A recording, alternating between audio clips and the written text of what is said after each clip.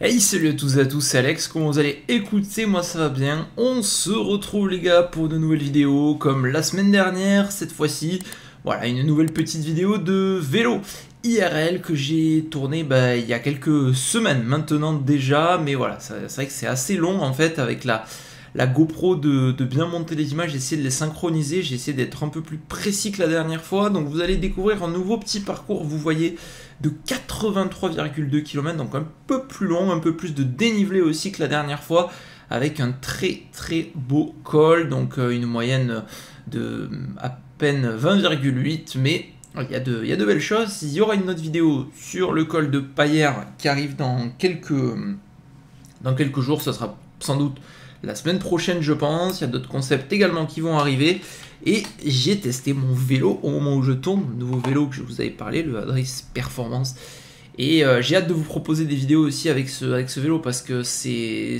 vraiment le jour et la nuit, c'est beaucoup plus performant comme son nom l'indique, mais voilà, c'est vraiment un pur régal, donc hâte de vous proposer également des vidéos avec ce nouveau vélo. On est parti là pour une mise en jambe directe, hein, vous voyez, avec des premiers pourcentages. Ça monte pendant quelques kilomètres et c'est assez irrégulier, donc pour se mettre en canne, ça envoie. C'est un jour, il faisait assez frais en plus, hein, le matin, j'étais parti avec les manchettes parce qu'on avait un petit 13 degrés je crois, donc voilà, le temps de chauffer le moteur, c'était important d'avoir ce genre de choses, mais après il va faire très très chaud, et il y avait également du vent, donc vous allez de toute façon le découvrir. Là on est dans la première difficulté de la journée, on regardera un petit peu le résumé de cette bosse quand on sera au sommet.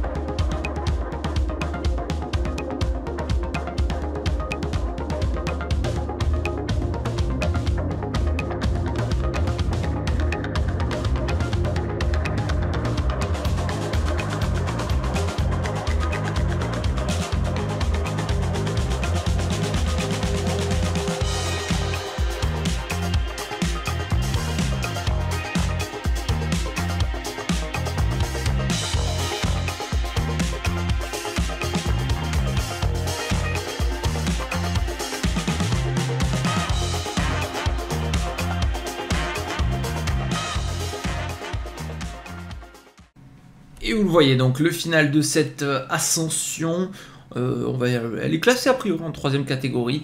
Donc on est sur 7,7 km à 4,2%. Donc c'est quand même plutôt roulant, hein. C'est quelque chose qui se monte plutôt bien. On a des passages avec de bons gros pourcentages, mais c'est vraiment des passages très très courts.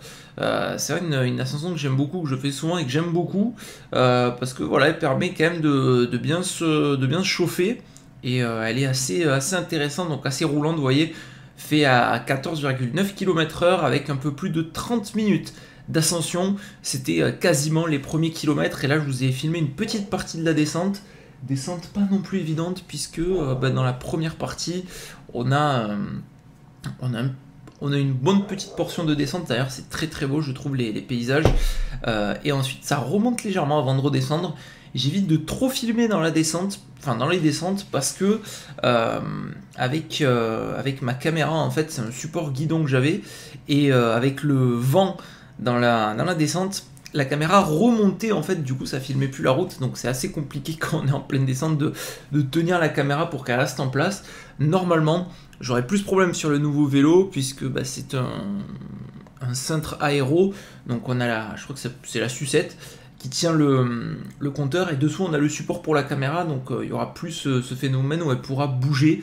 Il faudra que je teste tout ça avant de vous proposer des vidéos, mais voilà, bonne petite partie de descente. Et après, une partie que j'ai pas filmée, c'est une bonne portion de vallée aussi, entre les deux, entre le pied de la descente donc et le pied de la grosse ascension du jour. On a une très très longue partie quasiment toute plate, avec des petits coups de cul de temps en temps, mais grosso modo c'est plat. Donc voilà, ça je l'ai pas filmé ensuite, j'ai filmé vraiment une petite partie de la descente seulement.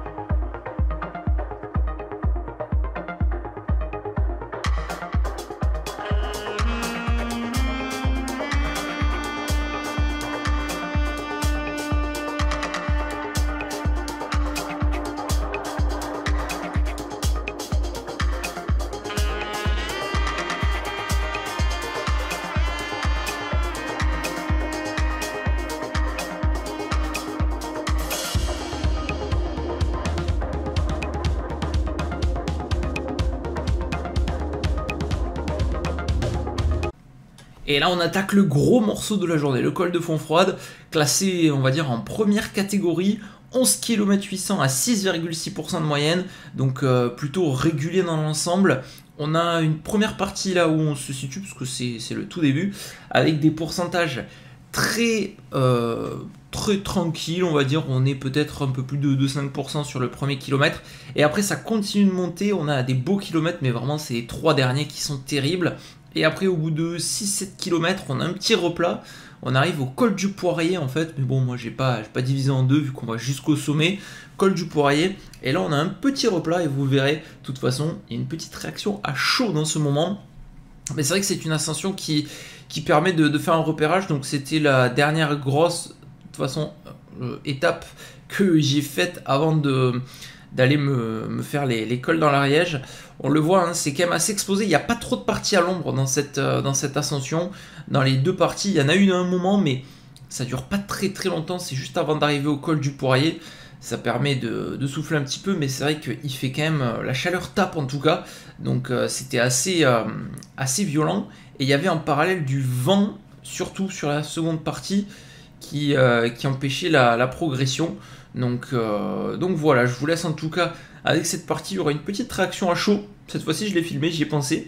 Ma réaction à chaud, je crois que c'est au niveau du col du Poirier, donc pas dans les gros pourcentages, histoire d'être bien compréhensible.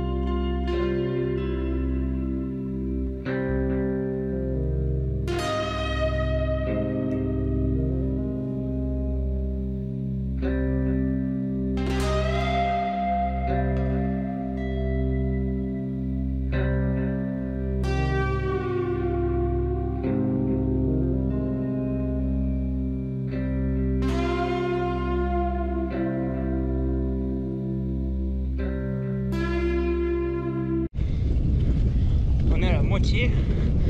Très chaud dans la première partie, et là vous entendez un vent de face qui fait du bien, ça rafraîchit, mais c'est la seule partie où on peut récup. Et du coup c'est vrai que ça crame un petit peu là de se mettre contre le vent. On va prendre un petit ravito et on va attaquer les derniers kilomètres qui sont quand même assez difficiles.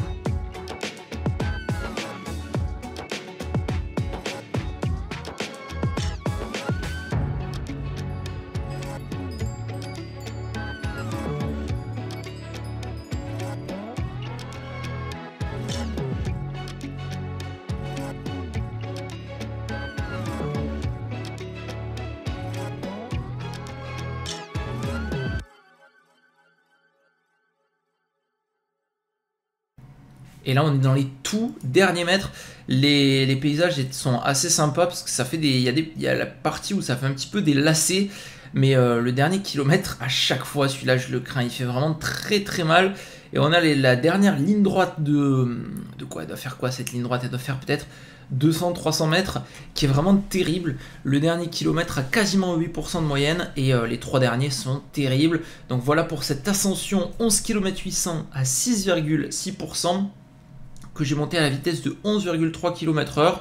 Donc c'est pas mal, un peu moins d'une heure, 59 minutes 37 exactement pour aller jusqu'au sommet du col.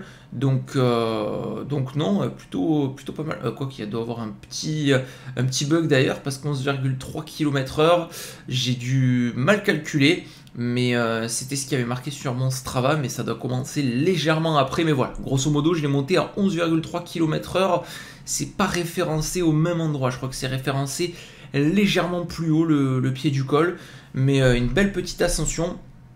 Et derrière, c'est pas terminé parce qu'on redescend légèrement et on va remonter une nouvelle partie qui est avec des pourcentages pas très très élevés, mais on a déjà plus de 60 km dans les pattes, donc ça fait mal. Et ensuite on retrouvera avec une autre petite portion en descendant dans le final. J'ai pas tout filmé, mais voilà, il y a cette petite bosse, donc ça on fait quand même du D+, pour aller chercher les 1600 au total.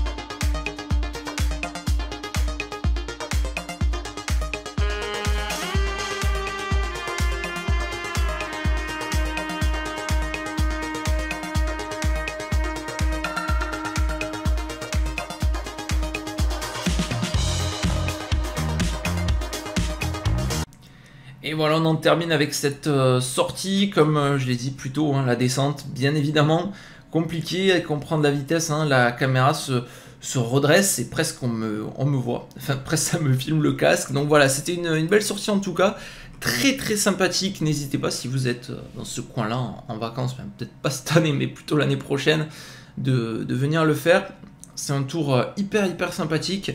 Et notamment ce col là qui est vraiment un col pas trop connu, même s'il a été pris cette année sur la route d'Occitanie, il avait été pris il y a 2 ans aussi, c'est un bon col, hein, ça permet vraiment de se mettre en canne. Moi c'est à chaque fois à la fin de l'été celui que je fais quand je prépare un peu l'objectif du col de la saison, c'est vraiment un des seuls gros cols qu'il y a dans le coin, on va dire, très proche de chez moi, où je peux justement aller me chauffer. Donc c'est vraiment un col très intéressant, avec des pourcentages réguliers, et ça fait assez mal. Donc voilà, quasiment 21 de moyenne sur cette sortie. Pas déçu, je pense qu'on retentera peut-être l'année prochaine la même sortie avec le nouveau vélo, et ça devrait aller encore plus vite, hein. Clairement, j'ai senti là sur les 2 sorties de test que j'ai fait pour l'instant que ça envoyait vraiment énormément, donc hâte de tester tout ça en tout cas avec vous.